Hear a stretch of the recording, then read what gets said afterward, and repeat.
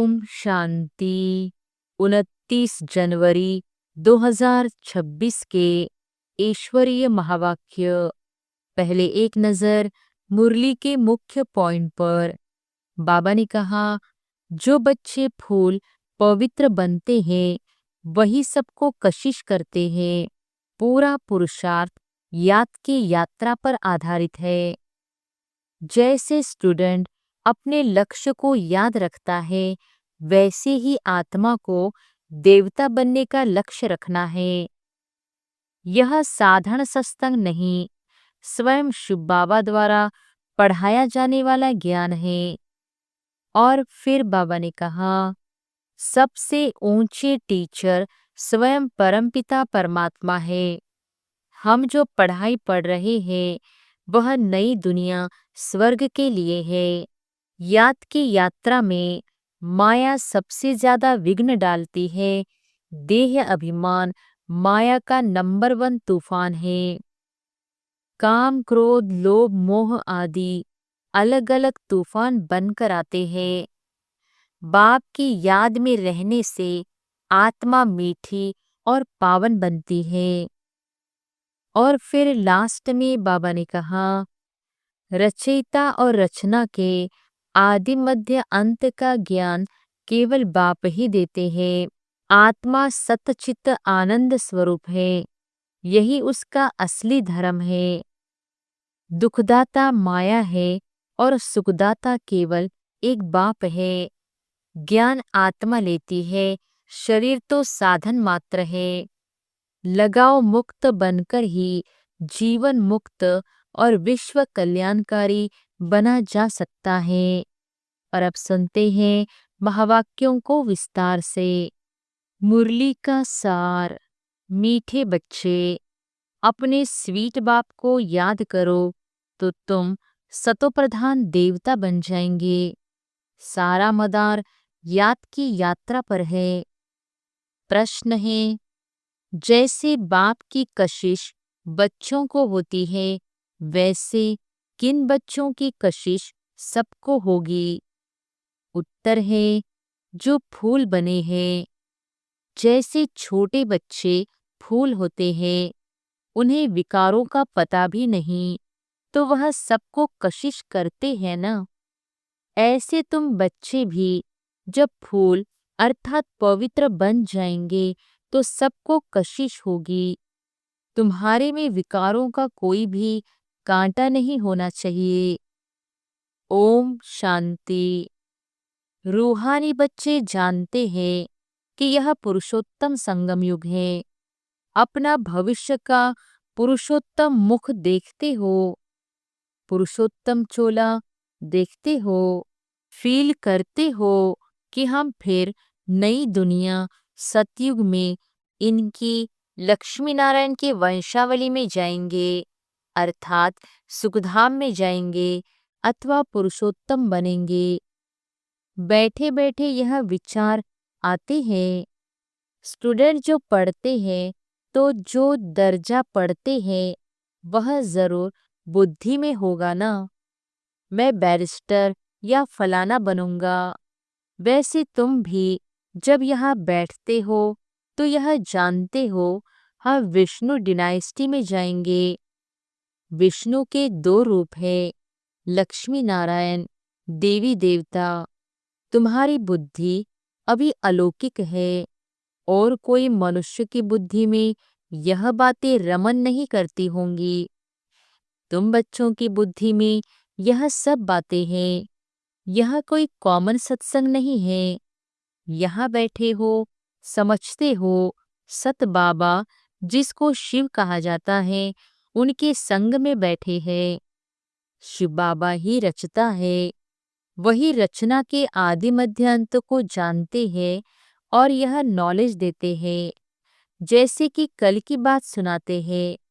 यहाँ बैठे हो तो यह तो याद होगा ना कि हम आए हैं रिजुनेट होने, अर्थात यह शरीर बदल देवता शरीर लेने। आत्मा कहती है, हमारा यह तमोप्रधान पुराना शरीर है, इसे बदलकर ऐसा लक्ष्मी नारायण बनने का है। एम ऑब्जेक्ट कितनी श्रेष्ठ है। पढ़ाने वाला टीचर जरूर पढ़ने वाले स्टूडेंट से होशियार होगा ना। पढ़ाते हैं, अच्छे कर्म सिखलाते हैं तो जरूर ऊंच होगा ना। तुम जानते हो हमको सबसे ऊंचते ऊंच भगवान पढ़ाते हैं। भविष्य में हम सो देवता बनेंगे। हम जो पढ़ते हैं सो भविष्य नई दुनिया के लिए, और कोई को नई दुनिया का पता भी नहीं है। तुम्हारी बुद्धि में अब आता है यह लक्ष्मी नारायण नई दुनिया के मालिक थे, तो जरूर फिर रिपीट होगा।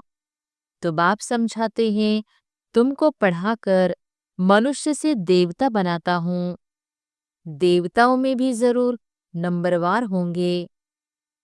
दैवी राजधानी होती है ना। तुम्हारा सारा दिन यही ख्यालात चलता होगा कि हम आत्मा है। हमारी आत्मा जो बहुत पतित थी सो अब पावन बनने के लिए पावन बाप को याद करती है। याद का अर्थ भी समझना है। आत्मा याद करती है अपने स्वीट बाप को। बाप खुद कहते हैं, बच्चे मुझे याद करने से तुम सतोप्रधान देवता बन जाएंगे।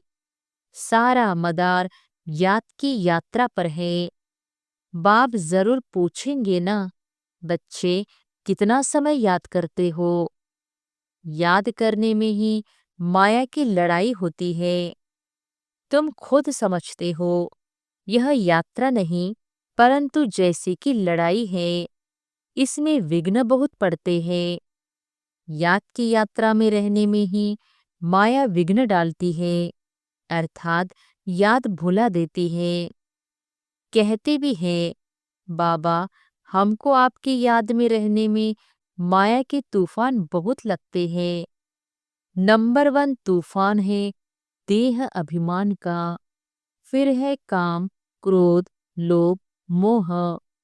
आज काम का तूफान, कल क्रोध का तूफान, लोभ का तूफान आया। आज हमारी अवस्था अच्छी रही, कोई भी तूफान नहीं आया। याद की यात्रा में सारा दिन रहे, बड़ी खुशी थी।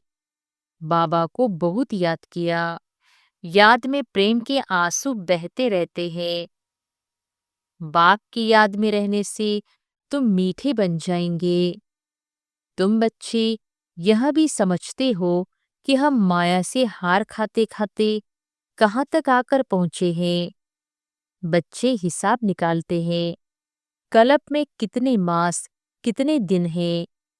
बुद्धि में आता है ना। अगर कोई कहे लाखों वर्ष आयु है तो फिर कोई हिसाब थोड़ी कर सके। बाप समझाते हैं यह सृष्टि का चक्र फिरता रहता है। इस सारे चक्र में हम कितने जन्म लेते हैं, कैसी डिनाइस्टी में जाते हैं, यह तो जानते हो ना। यह बिल्कुल नई बातें, नई नॉलेज है नई दुनिया के लिए। नई दुनिया स्वर्ग को कहा जाता है। तुम कहेंगे हम अभी मनुष्य हैं, देवता बन रहे हैं। देवता पद है ऊंच। तुम बच्चे जानते हो हम सबसे न्यारी नॉलेज ले रहे हैं। हमको पढ़ाने वाला बिल्कुल न्यारा विचित्र है। उनको यह साकार चित्र नहीं है, वह है ही निराकार। तो ड्रामा में देखो कैसा अच्छा पाठ रखा हुआ है। बाप पढ़ाए कैसे तो खुद बतलाते हैं, मैं फलाने तन में आता हूँ। किस तन में आता हूँ वह भी बताते हैं। मनुष्य मूंझते हैं क्या एक ही तन में आएगा, परंतु यह तो ड्रामा है ना, इसमें चेंज हो नहीं सकती। यह बातें तुम ही सुनते हो और धारण करते हो और सुनाते हो। कैसे हमको शुभ बाबा पढ़ाते हैं, हम फिर और आत्माओं को पढ़ाते हैं। पढ़ती आत्मा है, आत्मा ही सिखलाती है। आत्मा मोस्ट वैल्यूबल है, आत्मा अविनाशी अमर है, सिर्फ शरीर खत्म होता है। हम आत्माएं अपने परमपिता परमात्मा से नॉलेज ले रही है। रचयिता और रचना के आदि मध्य अंत 84 जन्मों की नॉलेज ले रहे हैं। नॉलेज कौन लेते हैं? आत्मा। आत्मा अविनाशी है। मोह भी रखना चाहिए अविनाशी चीज में, न कि विनाशी चीज में। इतना समय तुम विनाशी शरीर में मोह रखते आए हो। अभी समझते हो हम आत्मा हैं, शरीर का भान छोड़ना है। कोई कोई बच्चे लिखते भी हैं, मुझ आत्मा ने यह काम किया, मुझ आत्मा ने आज यह भाषण किया, मुझ आत्मा ने आज बहुत बाबा को याद किया। वहाँ है सुप्रीम आत्मा, नॉलेजफुल। तुम बच्चों को कितनी नॉलेज देते हैं? मूल वतन, सूक्ष्म वतन को तुम जानते हो। मनुष्यों की बुद्धि में तो कुछ भी नहीं है, तुम्हारी बुद्धि में है। रचता कौन है? इस मनुष्य सृष्टि का क्रिएटर गाया जाता है, तो जरूर कर्तव्य में आते हैं। तुम जानते हो और कोई मनुष्य नहीं जिसको आत्मा और परमात्मा बाप याद हो। बाप ही नॉलेज देते हैं कि अपने को आत्मा समझो। तुम अपने को शरीर समझ उल्टे लटक पड़े हो। आत्मा सतचित आनंद स्वरूप है। आत्मा की सबसे जास्ती महिमा है। एक बाप के आत्मा की कितनी महिमा है। वही दुखहर्ता सुख करता है। मच्छर आदि की तो महिमा नहीं करेंगे कि वह दुखहर्ता सुख करता है, ज्ञान का सागर है। नहीं, यह बाप की महिमा है। तुम भी हर एक खुद दुखहर्ता सुख करता हो, क्योंकि उस बाप के बच्चे हो ना, जो सबका दुख हर कर और सुख देते हैं, सो भी आधा कल्प के लिए। यह नॉलेज और कोई में है नहीं। नॉलेजफुल एक ही बाप है। हमारे में नो नॉलेज। एक बाप को ही नहीं जानते हैं तो बाकी फिर क्या नॉलेज होगी?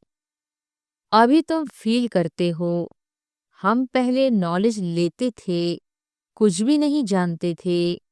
बेबी में, छोटे बच्चे में नॉलेज नहीं होती है और कोई अवगुण भी नहीं होता है, इसलिए उनको महात्मा कहा जाता है, क्योंकि पवित्र है। जितना छोटा बच्चा उतना नंबर 1 फूल, बिल्कुल ही जैसे कर्मातीत अवस्था है। कर्म विकर्म को कुछ नहीं जानते, सिर्फ अपने को ही जानते हैं। वह फूल है, इसलिए सबको कशिश करते हैं। जैसे अब बाबा कशिश करते हैं। बाप आए ही हैं तुम सबको फूल बनाने। तुम्हारे में कई बहुत खराब कांटे भी हैं। 5 विकारूपी कांटे हैं ना। इस समय तुमको फूलों और कांटों का ज्ञान है। कांटों का जंगल भी होता है। बबूल का कांटा सबसे बड़ा होता है। उन कांटों से भी बहुत चीजें बनती है, भेंट की जाती है मनुष्यों की।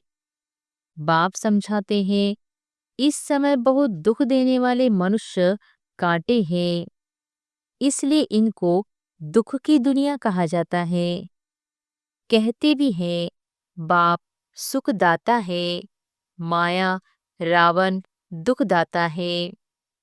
फिर सतयुग में माया नहीं होगी तो यह कुछ भी बातें नहीं होंगी। ड्रामा में एक पार्ट 2 बारी नहीं हो सकता। बुद्धि में है, सारी दुनिया में जो पार्ट बचता है वह सब नया। तुम विचार करो, सतयुग से लेकर यहाँ तक के दिन ही बदल जाते, एक्टिविटी बदल जाती। 5000 वर्ष की पूरी एक्टिविटी का रिकॉर्ड आत्मा में भरा हुआ है, वह बदल नहीं सकता।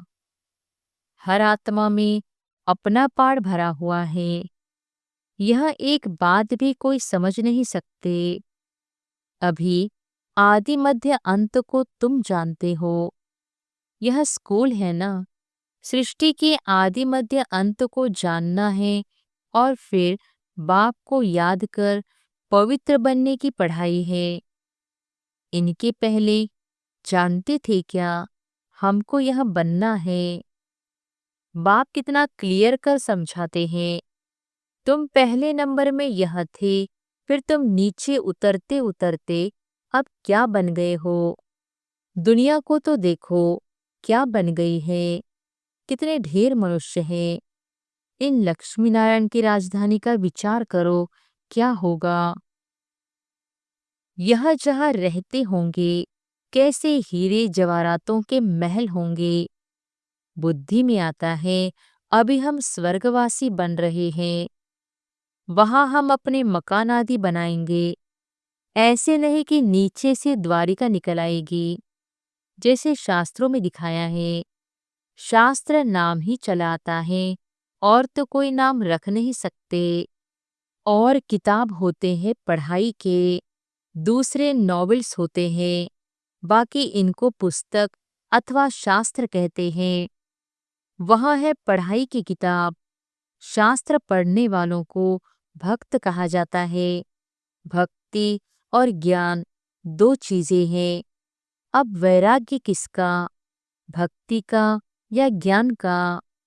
जरूर कहेंगे भक्ति का। अब तुमको ज्ञान मिल रहा है जिससे तुम इतना ऊंच बनते हो। अब बाप तुमको सुखदाई बनाते हैं। सुखधाम को ही स्वर्ग कहा जाता है। सुखधाम में तुम चलने वाले हो तो तुमको ही पढ़ाते हैं। यह ज्ञान भी तुम्हारी आत्मा लेती है। आत्मा का कोई धर्म नहीं है, वह तो आत्मा है। फिर आत्मा जब शरीर में आती है तो शरीर के धर्म अलग होते हैं। आत्मा का धर्म क्या है? एक तो आत्मा बिंदु मिसल है और शांत स्वरूप है। शांत शांतिधाम मुक्तिधाम में रहती है। अब बाप समझाते हैं सब बच्चों का हक है। बहुत बच्चे हैं जो और धर्मों में कन्वर्ट हो गए हैं। वह फिर निकलकर अपने असली धर्म में आ जाएंगे। जो देवी देवता धर्म छोड़ दूसरे धर्म में गए हैं वह सब पत्ते लौट कर आ जाएंगे अपनी जगह पर। इन सब बातों को और कोई समझ नहीं सकेंगे। पहले पहले तो बाप का परिचय देना है, इनमें ही सब मूंझ पड़े हैं। तुम बच्चे जानते हो अभी हमको कौन पढ़ाते हैं? बाप पढ़ाते हैं। श्री कृष्ण तो देहधारी है, इनको ब्रह्मा को दादा कहेंगे। सब भाई भाई है ना। फिर है मर्तबे के ऊपर। यह भाई का शरीर है, यह बहन का शरीर है। यह भी अब तुम जानते हो। आत्मा तो एक छोटा सा सितारा है। इतनी सब नॉलेज छोटे सितारे में है। सितारा शरीर के सिवाय बात भी नहीं कर सकता। सितारे को पाठ बजाने के लिए अंग भी चाहिए। सितारों की दुनिया ही अलग है। फिर यहाँ आकर आत्मा शरीर धारण करती है। वह है आत्माओं का घर। आत्मा छोटी बिंदी है, शरीर बड़ी चीज है। तो उनको कितना याद करते हैं? अभी तुमको याद करना है एक परमपिता परमात्मा को। यही सत्य है। जबकि आत्मा और परमात्मा का मेला होता है। गायन भी है, आत्मा परमात्मा अलग रहे बहुकाल। हम बाबा से अलग हुए हैं ना। याद आता है कितना समय अलग हुए हैं। बाप जो कलब कलब सुनाते आए हैं वही आकर सुनाते हैं। इसमें जरा भी फर्क नहीं हो सकता। सेकंड बाय सेकंड जो एक्ट चलती है वह नहीं। एक सेकंड पास होता है, मिनट पास होता है, उनको जैसे छोड़ते जाते हैं। पास होता जाता है ताकि कहेंगे इतने वर्ष इतने दिन, मिनट, इतने सेकंड पास कर आए हैं। पूरा 5000 वर्ष होगा, फिर एक नंबर से शुरू होगा। एक्यूरेट हिसाब है ना। मिनट सेकंड सब नोट करते हैं। अभी तुमसे कोई पूछे इसने कब जन्म लिया था, तुम गिनती कर बताते हो। श्री कृष्ण ने पहले नंबर में जन्म लिया है। शिव का तो मिनट सेकंड कुछ भी नहीं निकाल सकते हो। श्री कृष्ण की तिथि तारीख पूरा लिखा हुआ है। वर्षों की घड़ी में फर्क पड़ सकता है, मिनट सेकंड का। शिव बाबा के अवतरण में तो बिल्कुल फर्क नहीं पड़ सकता। पता भी नहीं पड़ता है कि कब आया। ऐसे भी नहीं साक्षात्कार हुआ तब आया, नहीं, अंदाज से कह देते हैं। बाकी ऐसे नहीं, उस समय प्रवेश हुआ, साक्षात्कार हुआ कि हम फलाना बनेंगे। अच्छा, मीठे मीठे सिकिलधे बच्चों प्रति माता पिता बाप दादा का याद, प्यार और गुड मॉर्निंग। रूहानी बाप की रूहानी बच्चों को नमस्ते। धारणा के लिए मुख्य सार। पहली पॉइंट, सुखधाम में चलने के लिए सुखदाई बनना है। सबके दुख हरकर सुख देना है। कभी भी दुखदाई कांटा नहीं बनना है। दूसरी पॉइंट, इस विनाशी शरीर में आत्मा ही मोस्ट वैल्यूबल है। वही अमर अविनाशी है। इसलिए अविनाशी चीज से प्यार रखना है। देह का भान मिटा देना है। वरदान है, अपने अनादि आदि स्वरूप की स्मृति से निर्बंधन बनने और बनाने वाले मर्जीवा भव। अपने अनादि आदि स्वरूप की स्मृति से निर्बंधन बनने और बनाने वाले मर्जीवा भव। जैसे बाप लोन लेता है, बंधन में नहीं आता, ऐसे आप मर्जीवा जन्म वाले बच्चे शरीर के संस्कारों के स्वभाव के बंधनों से मुक्त बनो। जब चाहे जैसे चाहे वैसे संस्कार अपने बना लो। जैसे बाप निर्बंधन है, ऐसे निर्बंधन बनो। मूल वतन की स्थिति में स्थित होकर फिर नीचे आओ। अपने अनादि आदि स्वरूप की स्मृति में रहो। अवतरित हुई आत्मा समझकर कर्म करो तो और भी आपको फॉलो करेंगे। स्लोगन है, याद की वृत्ति से वायुमंडल को पावरफुल बनाना यही मनसा सेवा है। याद की वृत्ति से वायुमंडल को पावरफुल बनाना यही मनसा सेवा है। अव्यक्त इशारे, इस अव्यक्ति मास में बंधन मुक्त रहे जीवन मुक्त स्थिति का अनुभव करो। जब तक किसी भी प्रकार का लगाव है, चाहे वह संकल्प के रूप में हो, चाहे संबंध के रूप में, चाहे संपर्क के रूप में, चाहे अपनी कोई विशेषता की तरफ हो, कोई भी लगाव बंधन युक्त कर देगा। वह लगाव अशरीरी बनने नहीं देगा और वह विश्व कल्याणकारी भी बना नहीं सकेगा। इसलिए पहले स्वयं लगाव मुक्त बनो, तब विश्व को मुक्ति व जीवन मुक्ति का वर्षा दिला सकेंगे। अच्छा, ओम शांति।